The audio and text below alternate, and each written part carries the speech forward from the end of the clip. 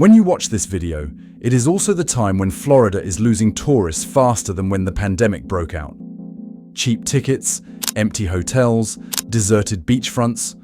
What is really happening in the #1 tourist state in America? In just 1 year, the number of international visitors to Florida has sharply decreased, especially in hotspots like Miami, Orlando, and Tampa. Not because of a lack of sunshine, beaches, or services, but because people no longer feel safe, welcomed, and that their money is well spent. But that is just the beginning of the collapse of the American tourism industry. Similar stories are happening across other states that rely on this industry.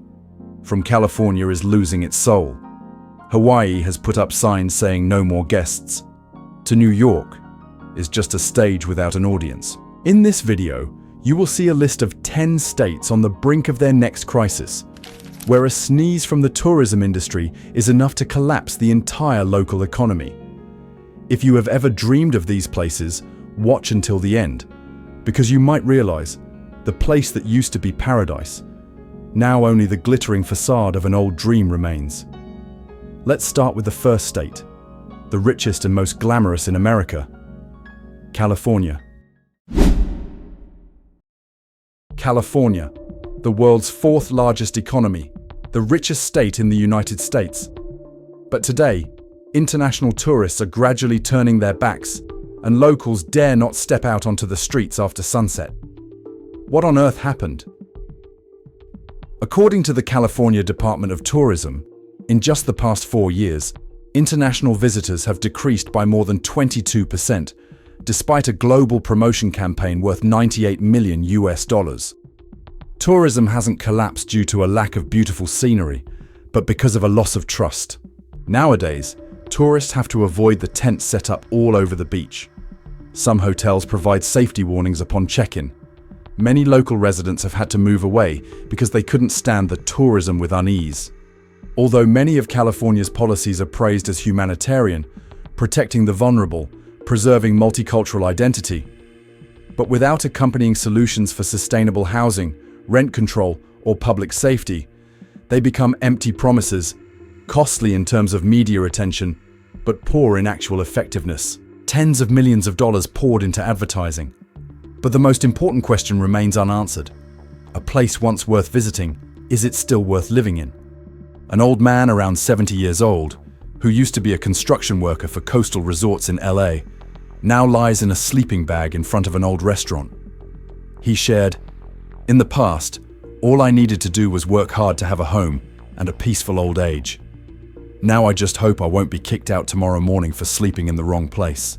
When a state that was once a symbol of success can no longer maintain the trust of both tourists and residents, the issue is no longer local, but systemic. When the people no longer take pride, tourists also lose interest. When the authorities choose to promote instead of resolving, the rift is not just in the image, but in trust. California is not just losing tourists, it is losing itself. And more sadly, it is reflecting a larger America, where workers after retirement age are slipping away from the grind, in silence. And if even California, America's pride, is being turned away by the very system, how many more dreams are quietly shattering? Maybe none of us can change the policy, but we can start with small things. Stop adding more paint and start looking back, cleaning up, restoring. When the people themselves can live in a place worth living in, tourists will return without needing to be invited. California doesn't need any more promotional campaigns. It just needs to look at the very people who built it. But if you think California has reached the peak of sadness, try to imagine a place that actively rejects tourists.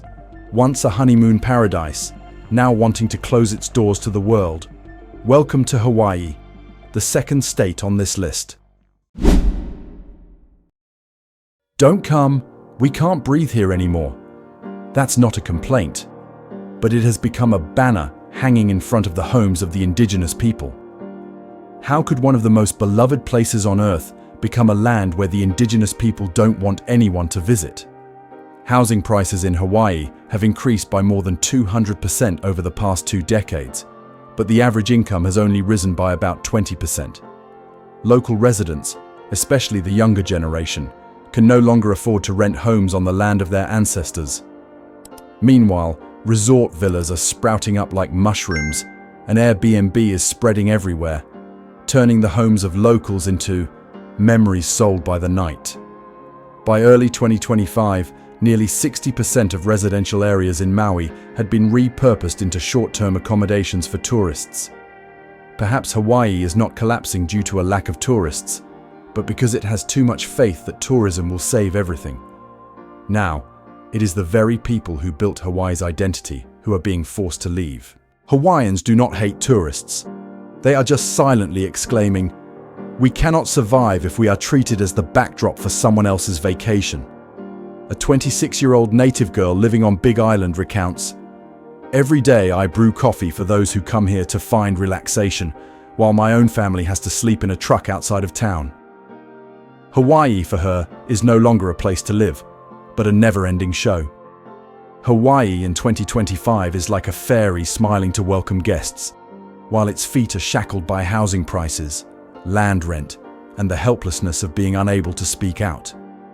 The airport is still packed with people, tours are still selling out, but a silent battle is underway between the locals and the tourism industry. Some indigenous groups have started organizing small protests, writing open letters against tourism, and calling for a temporary ban on tourists visiting the island. Hawaii needs more than just check-in photos. It needs fair policies for the local residents. Look back. Can the tourism industry thrive if the very community there is excluded? A memorable Hawaii is not a place you visit just once.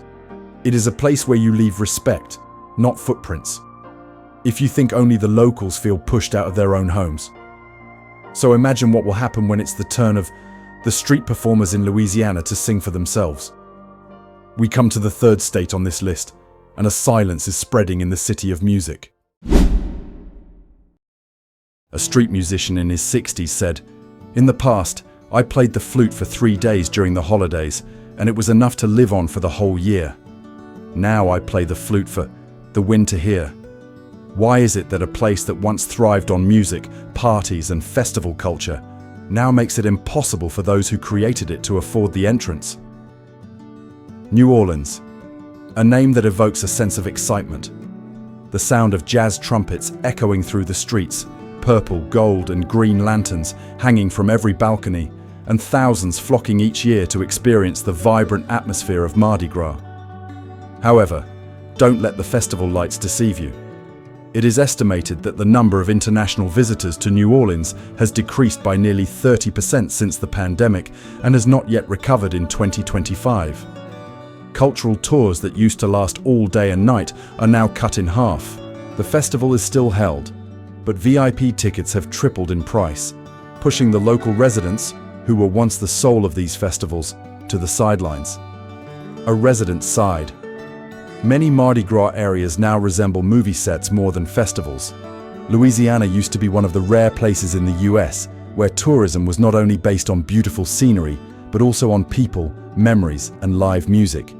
But now, the street performers, who were the heartbeat of the city, are losing their space. Rent is increasing, performance shows are being cut, and the cost of obtaining permits is getting stricter. When those who create the soul of the culture can no longer live in the very city they have made, it is no longer tourism, but a paid nostalgia performance. A young girl, daughter of a famous drummer in the Trem district, said, "In the past, the whole neighborhood echoed with music every evening. Now, my dad sells his drum set to pay the electricity bill. New Orleans now resembles a gold-plated saxophone, beautiful, sparkling, but inside, no longer breathing." It is noteworthy that the Louisiana tourism industry continues to release promotional videos with vibrant, crowded scenes. But those are all-inclusive tours for high-end tourists, not meant for the local residents. A ticket to the premium festival area now costs the equivalent of 3 days' wages for a street performer. Tourism continues to make money, but it no longer flows back to the community. If Louisiana wants sustainable tourism, first invest in the keepers of cultural soul, not just in the dazzling stages. Restore free community festivals, maintain free performance spaces, so that people are not pushed away from their own music. And if Louisiana truly suffers from poverty, Then the next state suffers from being too rich in image. But inside, it's a strange paradox. Let's go to New York, where the media says tourism has recovered, but the locals only see the streets growing increasingly desolate. Do you see this paradox? Why does the media say that tourism in New York is booming, while restaurants, museums, and hotels are quietly closing down? Times Square is still lit up, electronic advertisements still run 24/7, and crowds of people continue to pose for selfies in the heart of Manhattan. But if you look closely, you'll see many people stand, take photos, and then leave without buying anything. They are domestic tourists, coming from neighboring states, taking pictures for fun, and then leaving within a few hours. A photo is still beautiful, but lacks depth. The number of international visitors to New York in 2024 decreased by nearly 32% compared to before the pandemic. Domestic tourism has maintained its numbers, but the average spending per tourist has decreased by nearly 40%. Meanwhile, Michelin-starred restaurants, art museums, and boutique hotel chains are suffering losses because there are no longer customers who stay long and spend big. A hotel manager in Soho said, "Tourists come, take photos of the lobby, then leave. They book an apartment on Airbnb in New Jersey for half the price." As costs rise, security deteriorates, and public services lack funding. New York is gradually being hollowed out, leaving only a shiny shell. People come in droves, but trust, connection, and deep memories are absent. New York today feels like a beautiful book left unfinished. People flip through a few pages, take a picture of the cover, and then hurriedly close it. The media uses the term rebound to refer to the number of customers. But this recovery does not bring money, emotions, or trust.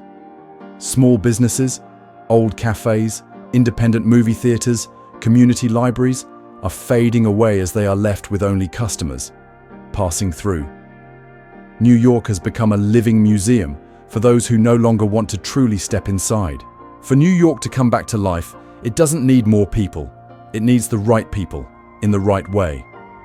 Let's reinvest in the artist community, a clean transportation system, and affordable yet profound cultural experiences. Reviving New York is not about billboards, but about letting residents love their city enough to continue the story. And if New York leaves you astonished for pretending to be vibrant, the next state will send chills down your spine, as the government openly excludes a group of tourists from the travel map. That is Florida, not because tourists are leaving, but because the state is driving them away. Florida, with its sprawling beaches, world-famous amusement parks, and warm winters, used to be the living room of America, where everyone was welcome. But at the beginning of 2025, people realized not everyone was invited to stay anymore. Miami publicly declared, "Spring break is cancelled." Nighttime curfews, alcohol sales bans, increased police presence, all targeting a single group, young tourists. What happens when a state that once thrived on tourism actively tells a group of people, "We don't need you here"? Miami lost nearly 30% of its spring tourist numbers in 2025 compared to the previous year, according to data from Visit Florida. But not because tourists are not coming, but because the state does not want them to come. At the same time, the number of Canadian travelers booking flights to Florida dropped by 76% from March to April 2025, largely due to political conflicts and controversial statements from the US government. Areas like Fort Lauderdale, Tampa, Naples, once bustling with Canadians escaping the cold, are now as quiet as late autumn. Young tourists, who may be noisy today, are the very generation that will return in 10 to 20 years as parents, investors, and retirees. Canadians, not loud, but they are the highest spenders, stay for long periods, and contribute significantly to the service industry's income. A restaurant owner in South Beach said, "Before, I needed to hire 4 servers for each shift. Now I have to carry the food myself. There are still customers, but not the kind who will come back." Florida is not collapsing due to a lack of tourists, but because it is turning tourists into uninvited strangers. And when the message sent is, "We only welcome those who are like us," then tourism is no longer an industry, but a test of who is worthy. If Florida wants to continue thriving on tourism, remember, guests are not just a source of revenue, they are long-term relationships. Build smart tourism policies, maintain order without dividing the community, and make tourists feel respected rather than judged. People still say, what happens in Vegas stays in Vegas. But what is happening now should no longer be kept, because it is no longer a memorable secret, but a silent fall. Once a dream destination with 40 million tourists each year, Las Vegas is experiencing the strangest cooling off in history. The bright lights are still there. Tourists still come to take photos under the "Welcome to Las Vegas" sign. But the casinos are closing tables early, shows are being cancelled at the last minute, and hotel staff are having their hours cut day by day. According to the Nevada Tourism Department, revenue from international tourists in Las Vegas decreased by more than 45% in 2024 to 2025, especially from South Korea, Canada, and Europe. Meanwhile, ticket sales for famous shows like Cirque du Soleil dropped by more than 28%, leading to a wave of actors and backstage staff being laid off. Casinos are spending less, but operating costs have skyrocketed, leading to hundreds of employees being laid off, from dealers to janitors. Las Vegas is the city of quick dreams, easy money, and endless fun. But that very thing makes it more fragile than ever.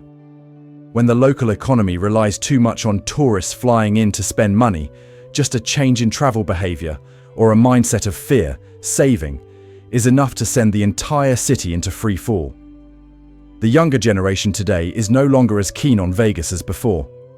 They choose experiential, healthy, affordable, and more practical travel.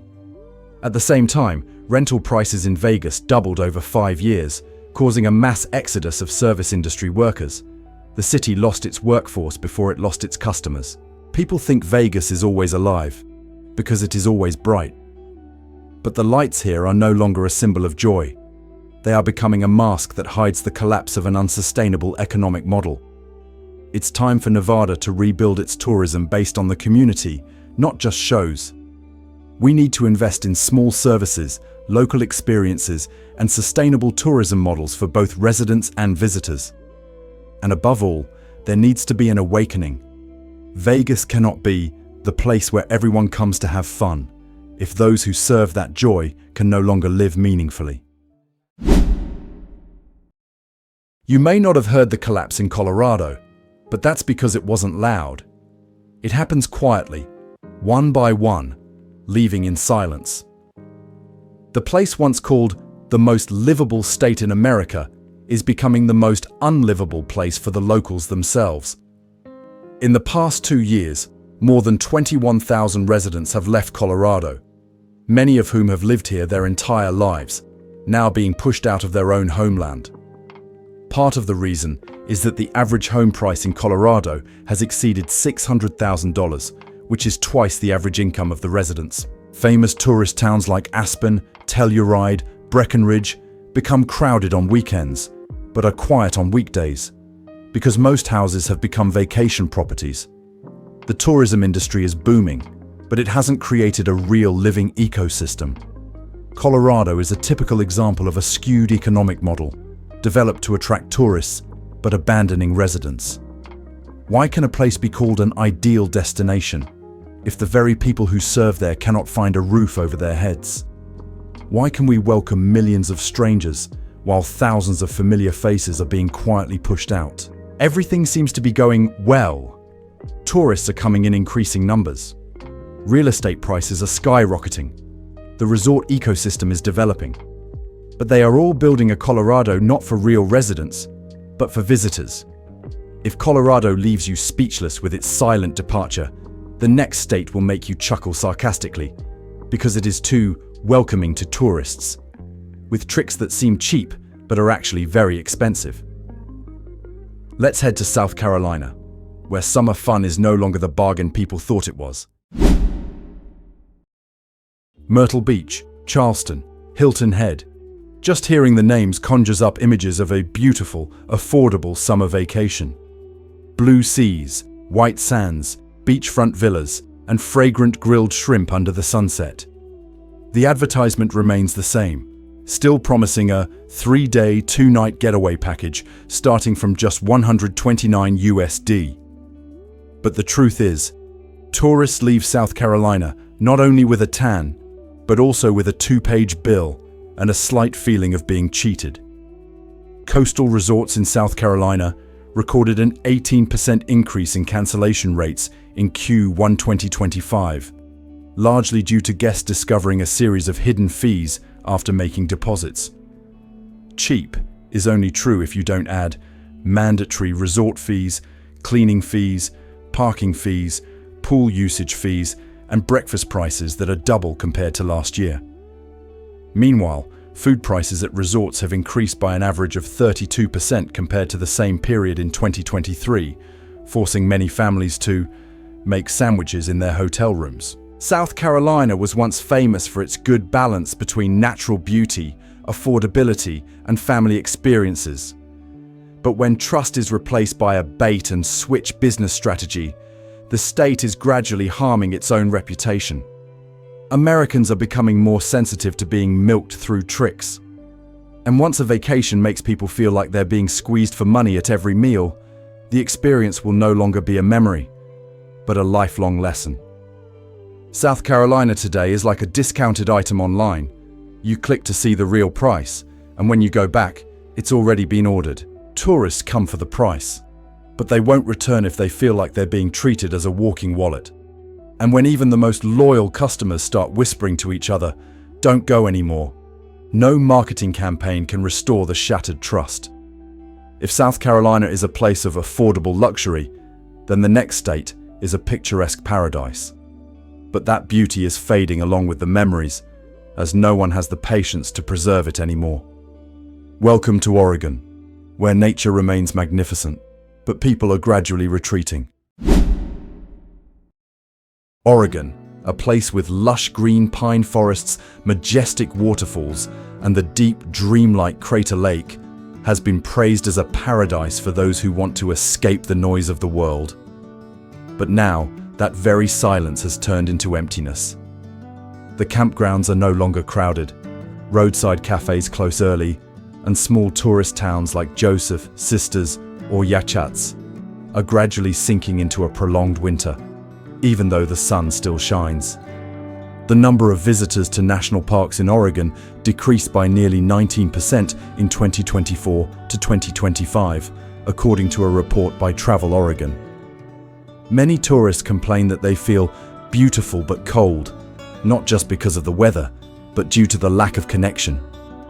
Family-run hotels, local eateries, and guided experience tours are gradually disappearing, replaced by Airbnb homes without hosts and self-service supermarkets. The problem does not lie in nature, but in the people no longer living in that nature. The indigenous people, who are the soul that creates the experience, are being forced to move due to lack of employment, rising living costs, and reduced community services. The towns that once thrived on small-scale tourism and a sense of home are being replaced by detached, impersonal, and disconnected tourism. Oregon doesn't collapse with a bang.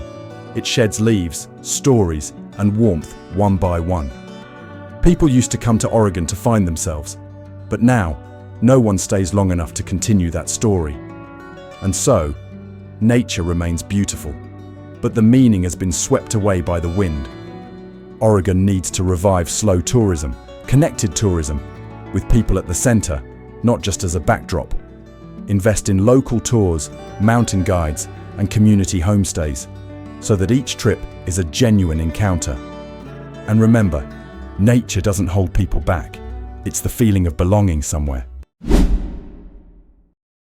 One of the states that boasts one of America's greatest natural wonders, the Grand Canyon, is quietly witnessing the retreat of people, communities, and even the very tourism industry that once sustained it. The store closes early. The local residents had to move away. What remains are the check-in photos of the Grand Canyon online, but few people return a second time. In 2025, the number of international visitors to Arizona decreased by 26%, according to a report by the Arizona Office of Tourism. The towns around the Grand Canyon, such as Tucson, Williams, Page, etc., are gradually losing their young residents due to rising housing prices, seasonal jobs, and a lack of schools and hospitals. The average spending per tourist has decreased by 31%, and many people just come, take photos, and leave without contributing anything to the local economy. Arizona is a clear example of the greatest danger in modern tourism, turning places into backdrops and people into invisible servants. When storytellers, coffee brewers, and heritage keepers can no longer survive amidst the very marvels, tourism ceases to be an experience, but rather a slow, bloodletting cut. You can stand before the Grand Canyon and be awestruck, but if no one tells you it's legends anymore, then it's just a big crack in the rock. It's time for Arizona to restore tourism linked to indigenous communities, authentic cultural experiences, and protect the local ecosystem. Let's return the living space to the people, so that tourists can have a space to experience. And let us teach the new generation that a wonder is not a place where you go to take a photo, but a place where you stand still because something inside you has changed. From Florida to Arizona, we have passed through 10 states, each with its own kind of collapse. Some places because they chased away customers. Some places do it because they uphold values in the wrong way. Some places forget that people are the center of every vacation. Once customers no longer want to return, the locals no longer want to stay, and those who tell the stories leave first. So no matter how beautiful the scenery is, it is just an old photograph, printed on a postcard and forgotten in a drawer. What do you think? Have you ever been to a place on this list? How has it changed? Do you believe that travel can recover if we start again with respect, rather than just consumption? Leave a comment. Share this video if you see yourself in the past stories. And remember, every place on the map is a living community, not a tool for short-term vacations.